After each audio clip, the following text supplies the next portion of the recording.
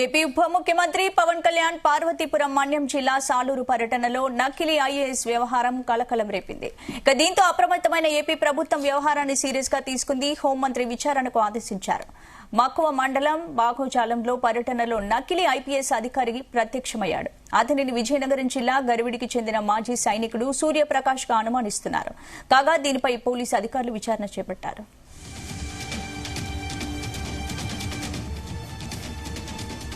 ఇదే అంశానికి సంబంధించి పూర్తి అప్డేట్స్ మా ప్రతినిధి నాగేశ్వర్ అందిస్తారు. నాగేశ్వర్, ఆంధ్రప్రదేశ్ రాష్ట్రంలో మరొకసారి ఏదైతే భద్రతా లోపం అనేది దొల్లతనం ఏర్పడిందని చెప్పుకోవచ్చు. ఆంధ్రప్రదేశ్ డిప్యూటీ సీఎం అలాగే జనసేన పార్టీ అధినేత మంత్రి పవన్ కళ్యాణ్ కి సంబంధించి భద్రత లోపం డొల్లతనం అనేది బయటపడటంతో ఒక్కసారిగా జన సైనికులు గాని అలాగే ఎన్డీఏ కుటుంబానికి సంబంధించిన నాయకులు గాని ముఖ్యంగా రాష్ట్ర ముఖ్యమంత్రి గాని అవాకైన పరిస్థితి ఉంది.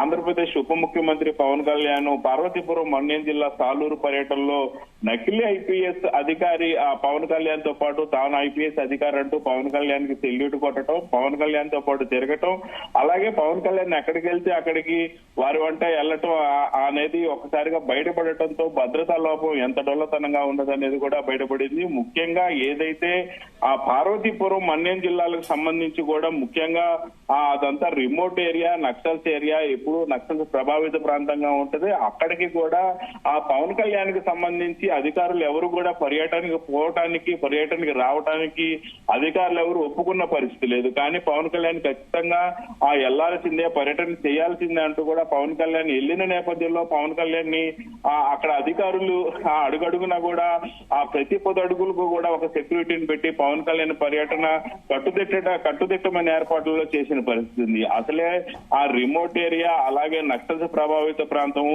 ఎప్పుడు కూడా అక్కడికి ఏ అధికారులు కూడా తొందరగా వెళ్లని పరిస్థితి. అట్లాంటిది ఒక ప్రజాప్రతినిధి జనసేన పార్టీ అధినేత ఆ సినీ హీరో పవన్ కళ్యాణ్ అక్కడికి వెళ్లిన నేపథ్యంలో ఆయన యొక్క భద్రత దొల్లతనం అనేది బయటపడటంతో మరొకసారి అధికారుల మీద ఆ విమర్శలు వస్తున్నాయి. అలాగే జన సైనికులు ముఖ్యంగా జనసేన పార్టీకి సంబంధించిన నాయకులు హోంమంత్రి అనిత యొక్క అధికారం ఎలా ఉందనే దాన్ని మరొకసారి దుయ్యబట్టుకున్న పరిస్థితి అయితే ఉంది. ముఖ్యంగా ఏదైతే మన్యం జిల్లా పరిసర ప్రాంతాల్లో ఎక్కడ కూడా ముఖ్యంగా పార్వతీపురం పరిసర ప్రాంతాల్లో కూడా ఆ అధికారులు ఎవరు తొందరపడి వెళ్లరు. ముఖ్యంగా రాజకీయ నాయకులు, ప్రజాప్రతినిధులు దాంట్లో రాష్ట్రంలో ఉన్నతమైన ఆ ప్రజాప్రతినిధులు ఎవరు కూడా అక్కడికి వెళ్లి పర్యటించిన పరిస్థితి ఉండదు. అక్కడికి వచ్చి ఎవరిని కూడా పరామర్శిస్తున్న పరిస్థితి ఉండదు. కానీ పవన్ కళ్యాణ్ ఎన్నికల సమయంలో ఇచ్చిన హామీ మేరకు ఆ మన్యం జిల్లాలోని ప్రజల కోసం వెళ్లి ఆయన వారందరితో మాట మంతి కలిపి వారి యొక్క అవసరాలను చూసుకోవటం, అలాగే అక్కడ ఉన్న డోలీ వాళ్ళు ఏదైతే ఆ కాలువల మీద వెళుతున్న క్రమంలో గర్భంతో ఉన్న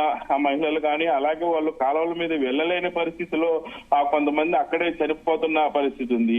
వీటన్నిటికీ అడ్డుకట్ట వేయడానికి పవన్ కళ్యాణ్ వెళ్లారు, మాట్లాడారు, వాళ్ళకి తగిన హామీలు ఇచ్చారు. మీకోసం మేమే ఉన్నాం అంటూ కూడా పవన్ కళ్యాణ్ వాళ్ళందరికీ ఆ హామీ ఇచ్చి వాటన్నిటి కూడా నెరవేరుస్తామని చెప్పి వస్తున్న పరిస్థితి ఉంది. అయితే మొత్తంగా చూసుకుంటే ఏదేమైనా పార్వతీపురం పరిసర ప్రాంతాల్లో ఎక్కడా కూడా ఆ ప్రజాప్రతినిధులు అంత హోందాగా కానీ దర్జాగా కానీ అంత ఫ్రీగా ఎవరు వెళ్లి మాట్లాడే పరిస్థితి ఉండదు. పూర్తిగా కూడా అది మొత్తం ఆ రిమోట్ ఏరియా, గిరిజనులు ఉండే ఏరియా, ఆ నక్సల్స్ కు వారు అతి దగ్గరగా ఉంటారు. నక్సల్స్ కూడా ఎప్పుడు అక్కడ తిరుగుతూ ఉండుతున్న పరిస్థితి ఉంది.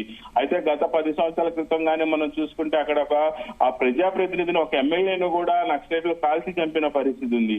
ఈ నేపథ్యంలోనే పవన్ కళ్యాణ్ వస్తున్న నేపథ్యంలో డిప్యూటీ సీఎం హోదా, ఒక జనసేన పార్టీ అధినేత సినీ హీరో పవన్ కళ్యాణ్ వస్తున్న నేపథ్యంలో పోలీసులు కట్టుదిట్టమైన ఏర్పాట్లు చేసి ప్రతి ఒక్కరిని కూడా విచారించాల్సిన నేపథ్యంలో ఒక నకిలీ ఐపీఎస్ అధికారి, తాను ఐపీఎస్ అధికారిని అంటూ కూడా ఒక వ్యక్తి అక్కడ హల్చల్ చేయటం, తాను స్వయంగా వచ్చి పవన్ కళ్యాణ్ కి సెల్యూట్ చేయటం, తాను మిగతా అధికారులతో కలిసి ఫోటోలు దిగటం, మొత్తంగా చూసుకుంటే పవన్ కళ్యాణ్ యొక్క భద్రత ఎంత డొల్లతరంగా ఉన్నదనేది మనకు అర్థమవుతున్న పరిస్థితి ఉంది. అలాగే అతను ఒక మాజీ సైనికుడు లాగా కూడా మనకి సమాచారం అందుతుంది. విజయనగరం జిల్లా గరివిడికి చెందిన మాజీ సైనికుడు సూర్యప్రకాష్ గా అతన్ని గుర్తించారు అధికారులు. మొత్తానికి అతన్ని అదుపులోకి తీసుకొని విచారణ అయితే చేపడుతున్నారు. కళ్యాణ్కి సంబంధించిన భద్రత అది కూడా రిమోట్ ఏరియాలో ఎంత డొల్లతనంగా ఉన్నదనేది మాత్రం ఆ అధికారుల యొక్క నిర్లక్ష్యానికి మరొకసారి ప్రతిరూపంలాగా కనపడుతున్న పరిస్థితి అయితే ఉంది. స్పందన అంటే నాగేశ్వర్, ఇప్పుడు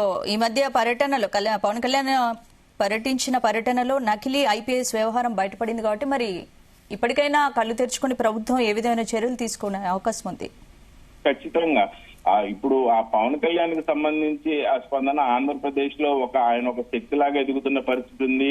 ఆయన ఒక వ్యక్తి కాదు, ఒక శక్తిలాగా ఉన్న పరిస్థితి ఉంది. మిగతా రాష్ట్రాలలో కూడా పవన్ కళ్యాణ్ ని పెద్ద ఎత్తున కూడా అందరూ కీర్తిస్తున్న పరిస్థితి ఉంది. ఆయన పవర్ అనేది ఆంధ్రప్రదేశ్ లోనే కాకుండా తెలంగాణలో కాకుండా ఆ దేశవ్యాప్తంగా మనం చూసుకుంటే మహారాష్ట్ర ఎన్నికల్లో పవన్ కళ్యాణ్ ప్రచారం చేసిన ఆ 11 నియోజకవర్గాలలో 10 నియోజకవర్గాల్లో అభ్యర్థులు భారీ మెజార్టీతో గెలుపొందిన పరిస్థితి ఉంది.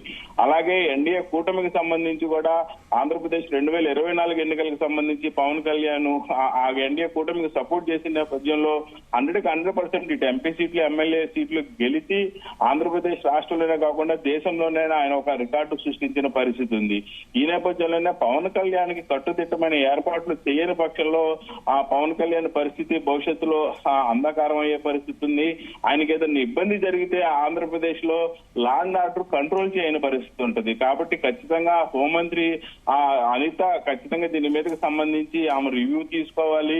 ఎవరైతే ఆ నకిలీ అధికారులను వస్తున్నారో అలాగే భద్రతా లోపం ఎక్కడ ఆ డొల్లతనం జరుగుతుంది, అక్కడ అధికారులు ఎందుకు నిర్లక్ష్యంగా వ్యవహరించారనే దాని మీద ఖచ్చితంగా హోంమంత్రి అనిత దీనికి సంబంధించి విచారణ చేపట్టి తగు ఆ చర్యలు తీసుకోవడమే కాకుండా మరలా ఇలాంటిది జరగకుండా చూసుకోకపోతే ఆంధ్రప్రదేశ్ లో ఖచ్చితంగా లా అండ్ ఆర్డర్ శృతి మించడం, ఆ లా అండ్ ఆర్డర్ కంట్రోల్ చేయకపోవడం అనేది స్పష్టంగా కనపడుతున్న పరిస్థితి అయితే ఉంది స్పందన.